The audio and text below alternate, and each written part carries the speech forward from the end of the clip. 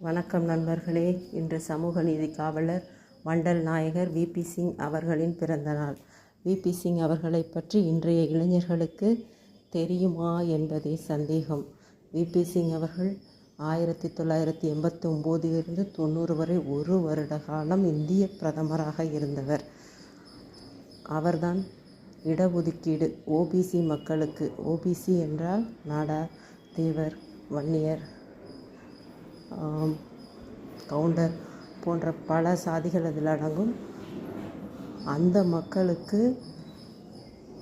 27% இடஒதுக்கீட்டை நடைமுறைப்படுத்தியவர் மொரார்ஜி தேசாய் அவர்கள். 1979 அன்று மண்டல் கமிஷனை நியமித்தார். அது 80ஆம் ஆண்டு தனது அறிக்கைகளை சமர்ப்பித்து விட்டது. ஆனால் 10 ஆண்டு காலம் அது நடைமுறைப்படுத்த தேவைப்பட்டது. வி.பி. சிங் என்று ஒரு பிரதமர் வந்து அதனை நிறைவேற்ற வேண்டும் என்று மண்டல் கமிஷன் காத்திருந்த அளவுக்குத்தான் அன்றைய ஆட்சியாளர்களின் லட்சணம் இருந்தது.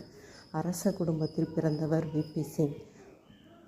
மக்களுக்காக பணியாற்ற வந்து எண்ணற்ற இடஒதுக்கீட்டை நடைமுறைப்படுத்தும் எண்ணற்ற சிக்கல்களை சந்தித்தார். உயர் சாதி மாணவர்களை தூண்டிவிட்டு ஒரு மாணவர் தற்கொலை என்று அதை கதை கட்டிவிட்டு, தற்கொலை அல்ல, அது பச்சை படுகொலை என்று பின்னாளில் தெரிய வந்தது. தற்கொலை என்று தூண்டிவிட்டு ஓபிசி மக்களுடைய 27% இடஒதுக்கீட்டை நசுக்கும் வேலைகள் நிறைய தொடர்ந்தது.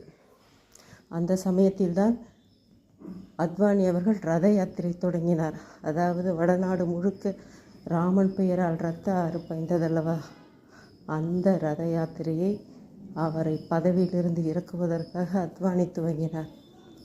இப்படி எண்ணற்ற பிரச்சனைகளை சந்தித்து ஓபிசி மக்களுக்கு 27% இடஒதுக்கீட்டை நிறைவேற்றியவர் தான் சமூக நீதி காவலர் வி.பி. சிங் அவர்கள். அவர்களை பற்றி தேடி பாருங்கள், படியுங்கள். இன்னமும் நமக்கு இடஒதுக்கீடு தேவைப்படுகிறது. ஓபிசி மக்களுக்கு இடஒதுக்கீடு தனியார் துறையிலும் வழங்கப்பட வேண்டும் என்னும் கோரிக்கை எழுப்பப்பட வேண்டும். ஆனால் அது அரசு துறையோடு நிற்கிறது.